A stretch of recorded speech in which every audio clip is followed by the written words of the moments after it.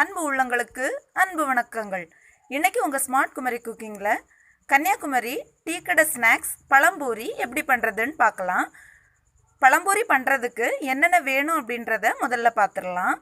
ஒரு 200 கிராம் போல் மைதா மாவு எடுத்துக்கோங்க. ஒரு 1/4 ஸ்பூன் மஞ்சள் பொடி, ஒரு 1/4 ஸ்பூன் உப்பு, 1/2 ஸ்பூன் சர்க்கரை, ஒரு 1/4 ஸ்பூன் போல் சோடா உப்பு எடுத்துக்கலாம். அப்புறமா பழுத்த வாழைப்பழம் எடுத்துக்கோங்க. வாழைப்பழம் நேந்திரம் வாழைப்பழமாக இருக்கட்டும், அதுதான் பழம்பொரிக்கு நல்லா இருக்கும்.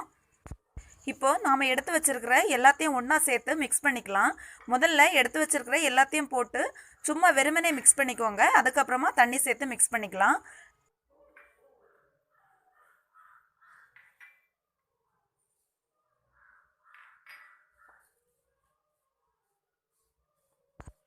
எல்லாத்தையும் நல்லா கலந்தாச்சு. இனிமேல் இதில் தண்ணி சேர்த்து மிக்ஸ் பண்ணிக்கலாம். மாவு ரொம்ப கட்டியாகவும் இல்லாமல் ரொம்ப தண்ணியாகவும் இல்லாமல் மீடியம் ஸ்டேஜில் இருக்கிற மாதிரி பார்த்துக்கோங்க. அப்போ தான் நல்லாயிருக்கும். நம்மளுடைய பேட்டர் ரெடி ஆயிடுச்சு. அடுத்தது பழத்தை கட் பண்ணி எடுத்துக்கலாம். ஒரு வாழைப்பழத்தை 3 துண்டுகளாக வெட்டி எடுத்துக்கோங்க. அப்போ தான் அது சாப்பிட்றதுக்கு நல்லாயிருக்கும். 2 துண்டாக இருந்தால் ரொம்ப தடிமனாக இருந்த மாதிரி இருக்கும். அவ்வளோதான். இனிமேல் பழம்பொரி பண்ணுறதுக்கு எண்ணெயை சூடாக்கிடலாம். அடுப்பில் ஒரு கடாய் வச்சுக்கோங்க. கடாயில் மூழ்கி பொரியிற அளவுக்கு எண்ணெய் எடுத்துக்கலாம். எண்ணெயெல்லாம் நல்லா சூடாயிருச்சு.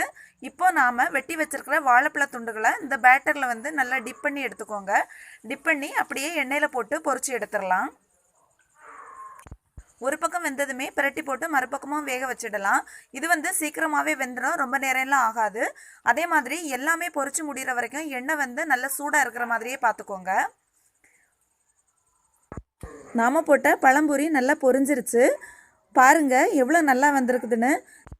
சாப்பிட்றதுக்கு அவ்வளவு டேஸ்ட்டாக இருக்கும், நல்ல ஸ்வீட்டாக இருக்கும். டீயோடு சேர்த்து இதை சாப்பிடும்போது நல்லா டேஸ்ட்டாக இருக்கும். வாங்க இதை பிச்சு பார்த்துடலாம் எப்படி இருக்குன்னு. பாருங்கள், பிக்கும் போதே எவ்வளவு சாஃப்டாக இருக்குன்னு. அந்த வாழைப்பழம் எல்லாம் லைட்டாக வெந்து சாப்பிடும்போது ரொம்ப டேஸ்ட்டாக இருக்கும். இதே மாதிரி நாம் எடுத்து வச்சுருக்கிற எல்லாத்தையும் பொரித்து எடுத்துடலாம். எல்லாத்தையுமே பொரித்து எடுத்தாச்சு. நம்மளுடைய பழம்பொரி ரெடி ஆயிடுச்சு. கன்னியாகுமரியில் இருக்கக்கூடிய மேக்ஸிமம் டீ கடையில் இந்த பழம்பொரி இல்லாமலே இருக்காது. எல்லாருமே ரொம்ப விரும்பி சாப்பிடுவாங்க. இது டீயோட சாப்பிட்றதுக்கு சூப்பரான ஸ்நாக்ஸு. கண்டிப்பாக எங்கள் ஊர் ஸ்நாக்ஸில் ஒன்றா இருக்கக்கூடிய இந்த பழம்பொரியை உங்கள் வீட்டில் நீங்களும் செஞ்சு சாப்பிடுங்க. கண்டிப்பாக உங்கள் எல்லாருக்கும் ரொம்ப பிடிக்கும். செஞ்சு சாப்பிட்டுட்டு இந்த ஸ்நாக்ஸ் எப்படி இருந்துச்சுன்னு கமெண்ட் பண்ணுங்கள். இந்த டிஷ் உங்களுக்கு பிடிச்சிருந்தா விரும்புங்க, பகிருங்க.